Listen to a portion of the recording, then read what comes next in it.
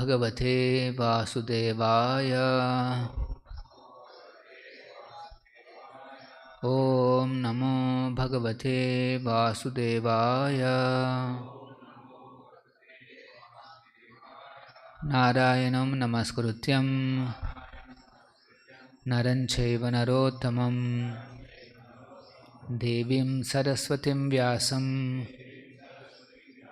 Tato Jayamudhiraye Nashtaprayesha Badreshu Nityam Bhagavata Sevaya Bhagavati Uttama Shloke Bhakti Bhavati Naistiki.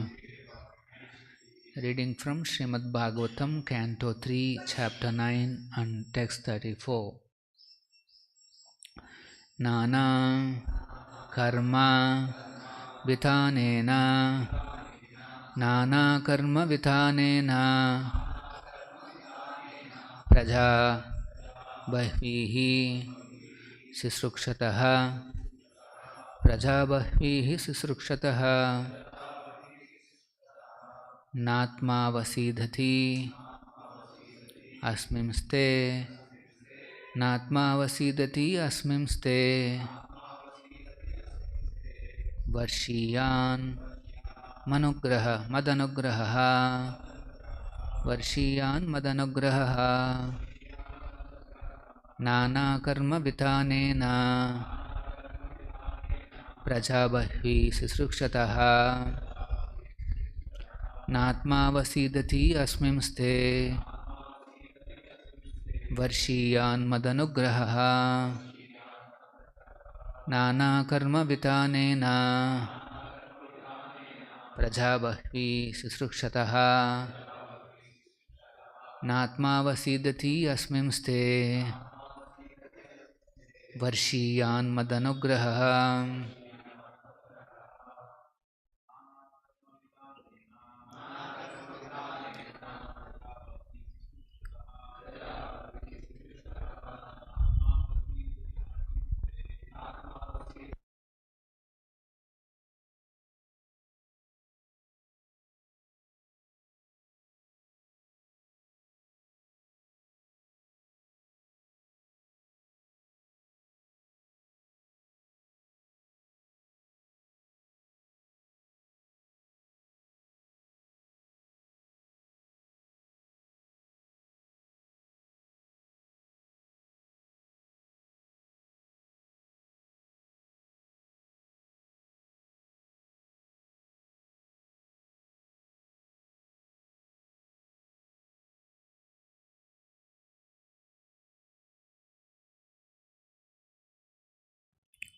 Nana karma, varieties of service, vithanena, by expansion of, prajaha, population, bahvihi, innumerable, shishukshataha, desiring to increase, na, never, atma, self, avasidhati, will be bereaved, asmin, in the matter, te, of you, varshiyan, always increasing, mat, my, anugraha, causeless mercy. Translation, purport by His Divine Grace, A.C. Bhaktivedanta Swamy Prabhupada. Translation, since you have desired to increase the population innumerably and expand your varieties of service, you shall never be deprived in this matter, because my causeless mercy upon you will always increase for all time. Please repeat, since you have desired to increase the population innumerably and expand your varieties of service, you shall never be deprived in this matter, because my causeless mercy upon you will always increase for all time. Purport by Srila Prabhupada. A pure devotee of the Lord, being cognizant of the facts of the particular time, object, and circumstances, always desires to expand the number of devotees of the Lord in various ways. Such expansions of transcendental service may appear to be material to the materialist, but factually they are expansions of the causeless mercy of the Lord towards the devotee.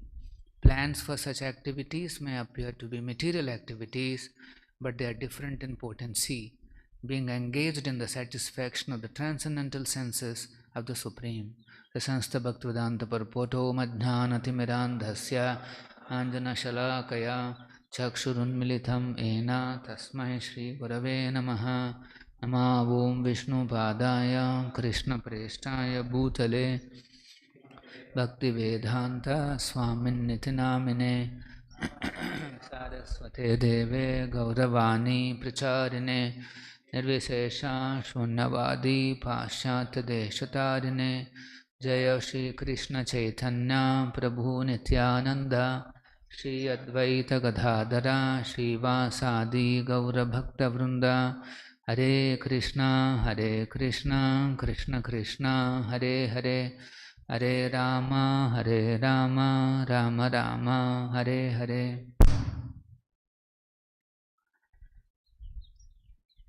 So very important shloka where Krishna is saying, the Lord is saying, Varshiyan Madanugraha. My anugraha will be raining, Varsha, Varshiyan. It will go on increasing on you. Why? Because in this matter, Nana Karma Vithanena, in various ways you are trying to expand your services, expand the varieties of service. So in this matter, you will never lose my anugraha.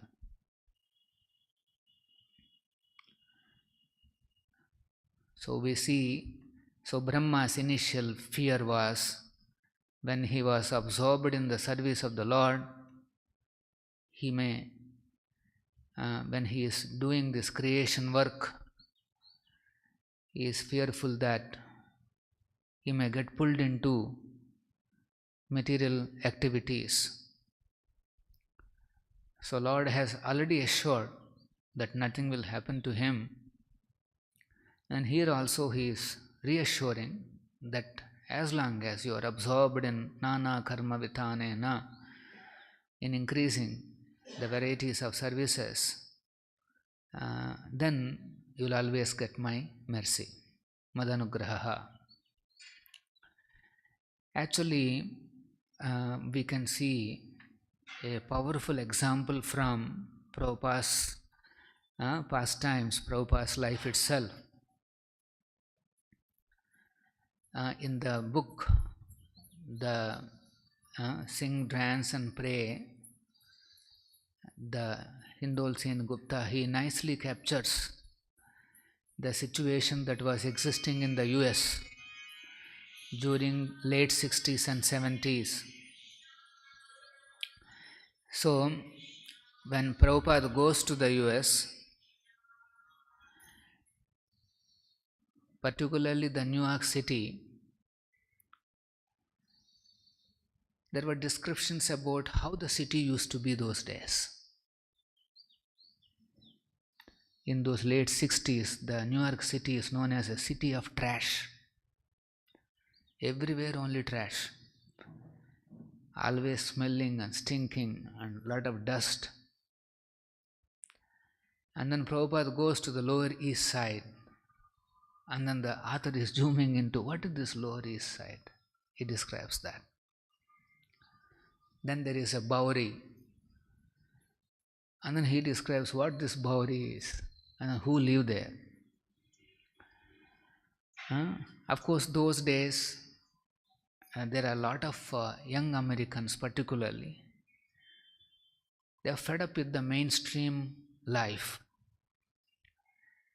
Rampant capitalism, exploitation of the labor force, use and throw policy of the employees, and Vietnam War. America was in a long battle with Vietnam, running into many years, and fed up with that recruitment into the Vietnam War, because none of them are actually trained as Kshatriyas, most of them are Shudras, and then the draft board used to force the youngsters to join in the military. So they don't want to. And then the way their elders used to enjoy or whatever, fed up with all that. So a particular section of the these young Americans, they wanted to create a counterculture, a subculture within the mainstream culture of America. They want to create a counterculture or a subculture. It appears that there were two Harvard professors.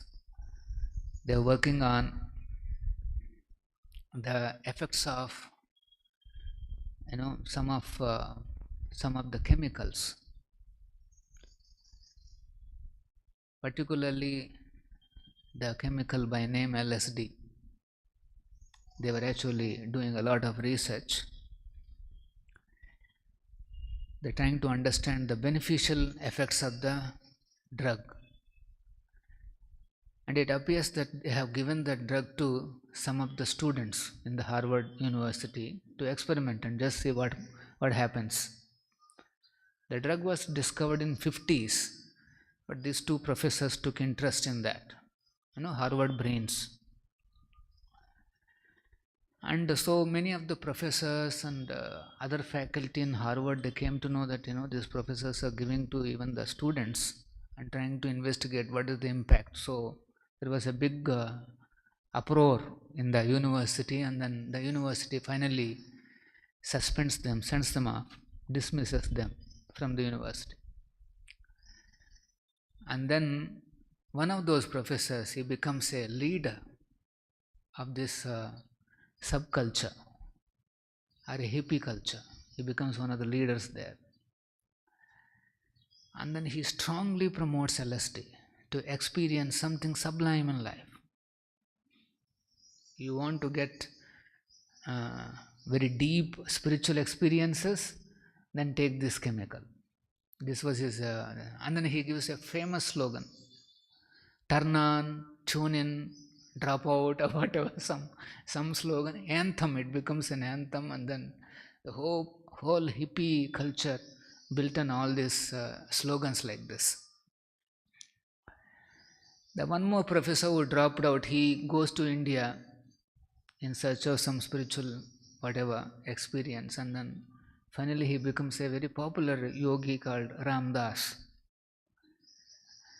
And he also comes back to America and then becomes part of that hippie movement. So Prabhupada, when he went to New York City, which is a trash city those days, and then there is a lower east side, and Bowery, and then all these people were there. Many of them used to, they all get addicted to this LSD to experience something high. Actually, everybody wants to experience something high in life. They want to have higher pleasure, higher experiences, and then they don't mind paying heavily or doing whatever is needed. Like in Hyderabad, when there was a young man, he sent an SMS message, because this was later trapped by the police. He sent an SMS message to the person who is selling the drugs, vendor. He sends a message: please give me more of this, whatever the drug is. I'm willing to pay thousands, because I feel confident and there's one more word. I feel very confident and safe when I take this drug. So please send me some more. Like this is the kind of message. So the tendency is there that yes, we all want to go high, and we want to turn on, something which turns you on, and then you're ready for higher experiences. This is the nature. So that was the hippie culture where everybody is addicted to drugs, addicted to eating all kinds of things, addicted to sex, addicted to all these things. And there lands the 32nd Acharya of an ancient Sampradaya, who is having a message: no intoxication, no gambling, no meat eating, and no illicit sex. That's the message. And then chant Hare Krishna. This is how he goes into that area. So Prabhupada was in a very harsh environment, harsh circumstances. And Prabhupada is a very, keen observer of all the things. So as a preacher, one has to be a keen observer. How do you know Prabhupada is a very keen observer? Actually, you see how when he was traveling on Jaladuta, he writes a diary. And then in the diary he writes, his visit to the boat reaches Kerala, Trivandrum and Ernakulam. And Prabhupada was writing how these two islands were connected by an iron bridge. He says how here the roads are not proper, it's all dirty. And here where the foreigners live, the roads are very clean, broader, big buildings, palatial. Every point Prabhupada. Then he says the culture is Indian. Same statement he makes in Sri Lanka also. There are many things are there, but the culture is Indian. He says the same culture. Artificially we have divided the things into two nations, but actually the culture is same. He has been making all these observations. And so obviously when he went to the Bowery in the lower east side, so he understood what kind of people are there. It's very important. So here Prabhupada is mentioning in the purport, a pure devotee of the Lord, he being cognizant of the facts. See, he is cognizant of the facts. He can see the reality. Okay, what is happening? Cognizant of the facts of the particular time, object, and circumstances. See, three things he has to be cognizant. A pure devotee has to be cognizant. What is the particular time? What is this time in America? That is very nicely brought out in these biographies. It's a time of counterculture against the established norms. They don't want to follow anything that their parents or the government is telling them. This is a kind of, and that's the time. There is a Vietnam War going on, and then people are fed up with all this, the rampant capitalism and exploiting. All these things is happened. Particular time, then object. Now who are the customers? The object that Prabhupada has to deal with. They are the hippies. The most toughest people to preach. Not easy. Very, very difficult. Object and then circumstances. He is very much aware of the circumstances. One of the things that was we have to note in Prabhupada's this pastime is that Prabhupada has always been, at that time, he is reeling under severe poverty. Prabhupada doesn't have much money. Like he's saying, no, just 40 rupees I landed there. So his next meal is not guaranteed. And he has to stay. And he has to share that room with one more young man. Some name I forgot. And then that fellow, one day he took some drugs and then he became a different person, and then he comes to harm Prabhupada, and then Prabhupada has to escape from that room. You can see that's the kind of environment Prabhupada was in. Prabhupada had only very Jai Shri Radha Kund. Just one or two assets probably, one typewriter and then one tape recorder and all that. That was stolen. Whatever little bit he had, that was stolen. He complains to police, but who can take any, So this is the circumstances in which he is there. But although he is in such circumstances, always desires to expand the number of devotees of the Lord in various ways. Actually, you can see this very strikingly in Prabhupada's life. First of all, he is not impacted by those circumstances. He is not impacted by his own lack of money and this and that. See, he is not impacted. On the other hand, he is always desiring to expand the number of devotees of the Lord in various ways. Always. So, in the initial ISKCON history, if you see, they made one pamphlet to distribute to these various hippie customers. So, now, as I said, all these hippies are looking for some higher spiritual experiences.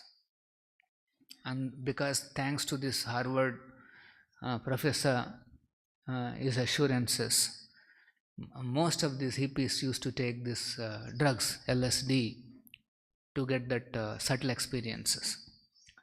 So, their goal is to go high. Go high and high. I think his name is Timothy Leary.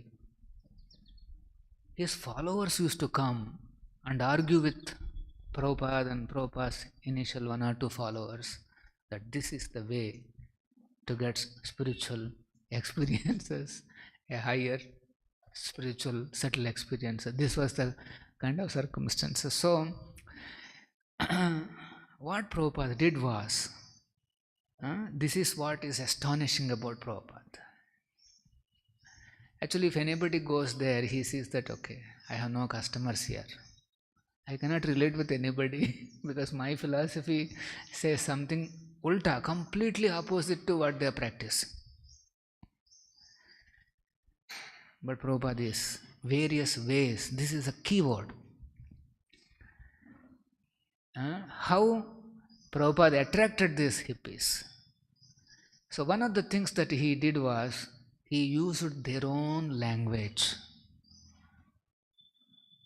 What they are talking, very scrutinizingly Prabhupada used to see what these hippies talk, how they think, what are their inclinations, and then he used the same language to attract them. For example, they wanted to go high, so Prabhupada says, yes, go high, but forever, don't come down. He made a pamphlet like that. Stay high forever. That's the pamphlet, and then it mentions the Harinam and all that. So the hippies, they all have an experience. What is that? When they take the drug, they all go high.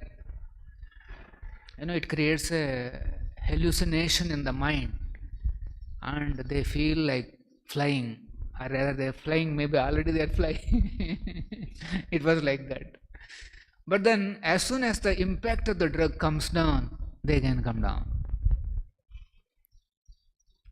People, they want to forget their negative emotions, they're frustrated with some habits and failed love, and some relation broken, and innumerable reasons why they want to cover it up by taking these drugs and intoxication. But as soon as they come down from that effect, again the same harsh realities will haunt them. They have to face them because the problems have not gone away. They are all there only. What is what happened is you wanted to escape, you want to transcend all those problems, but by a trick, just by taking one little drug like that. This is the mood of the many people. So why they want to try new ways of going high? Because sometimes they used to take LSD, sometimes they take something called acid, pot. I mean, there are so many names like that. They're all names for going high. Now, why they want to go high like that in new ways? Because the same way will not take them high. Today you take 1 gram LSD, then goes up. Tomorrow the same 1 gram will not take you to there. This is one more problem. All these things hippies are able to see. So Prabhupada has, he understood that their desire is to go high. He uses the word, stay high forever, never come down. So that appealed to many people. They all came. And then hippies have one good quality. They all like music. They all want to, sing. Good musicians they were. And then Prabhupada is the right person to give music in a more, what do you say, a divine music is the right person. So Prabhupada understood their inclinations. So he is the right person at the right time to deliver the hippies. By the arrangement of Krishna, they got all this. So that is one of the ways. And then secondly, when they came, Prabhupada personally cooked and served such delicious varieties that they gave up meat eating. They never tasted anything like that in their life. Particularly those ISKCON bullets. Purpose to have a low table like this, and then you will have a jar full of those ISKCON bullets, gulab jamuns. And then many of the hippies, they used to come only for this. And then when they sit in front of Prabhupada, Prabhupada will be talking something, they'll be seeing the jar only. And say, can I take one? Prabhupada says, yes. It was like that. So Prabhupada has come up with various ways by which these people can be attracted. But it is a tremendous job to bring them to the highest philosophy of Krishna consciousness. It's not easy. Prabhupada has given that, yes, you chant Hare Krishna, Hare Krishna, Hare Krishna, Krishna Krishna, Hare Hare, Hare Rama, Rama Rama, Hare Hare. You chant, you dance, and then you will feel something sublime. And then when they actually did it, in the Sankirtan, when they participated, when they chanted and danced, they understood, yes, there is something here. As a sadhakas, we may take time to really realize the potential of the ecstasies that are available, but then if you hear Rupa Goswami's description, that when I chant Hare Krishna, when the Lord's holy name is dancing on my tongue, I desire thousands and thousands of tongues. And when the holy name is dancing in my ears, then I desire millions of ears. And when the holy name is dancing in the courtyard of my heart, my mind becomes stunned, and then I become a nut with ecstasy. This is what he says. So Krishna is kind. Even in initial days also, the devotee experiences that, yes, this is something nice. So that's what has happened. Prabhupada has attracted them by speaking the same language, but giving them something sublime and higher. So this is the only way. By experiencing something higher, something lower can be given away. As long as a person thinks this is it, this is my life, he will not be able to give it up. He will not be able to. And that too somebody who has experienced some pleasure in all these drugs and all these things is very, very, very difficult. Cravings of the flesh are very powerful.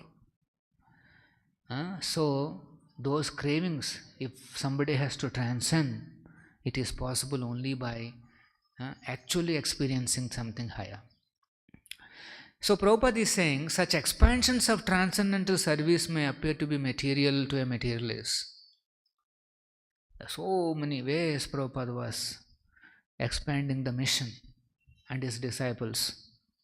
Every day the disciples are thinking, okay, this way, that way, this way, that way. So this thinking of expanding more and more, it may look like an ordinary desire for expansion. Outside people also, they want to expand more and more. This is the turnover. Next quarter, it should be like this. Next quarter, it should be like that. All companies are doing the same. They are all expanding quarter by quarter. So devotees are also like that. On a day-to-day basis, they want to expand. But Prabhupada is saying here, it may appear to be material, but factually they are expansions of the causeless mercy of the Lord. Is Krishna's mercy expansion. If somebody, a devotee, goes to somebody else, a new person, and sells a book, or if he goes to somebody and then makes him chant, it's all expansion of the causeless mercy of the Lord. That Jiva who is rotating in this universe, up and down, suddenly comes in contact with the mercy of the Lord. Kona Bhagyavan Jiva. Guru Krishna Prasade. Guru is thinking how to expand this mission, to make them devotees. So that is his, he is continuously thinking. And then because of his thinking and his planning, he reaches out to more and more people, and when he gives this prasad, when he gives this holy name, that is Krishna's mercy. So Guru Krishna Prasade by Bhakti Lata Beach. One receives the Bhakti Lata by the combination of the mercy of Guru and Krishna. This is the. So when we are actually giving one book to a new person, you should know that that's the a fortune moment for that Jiva.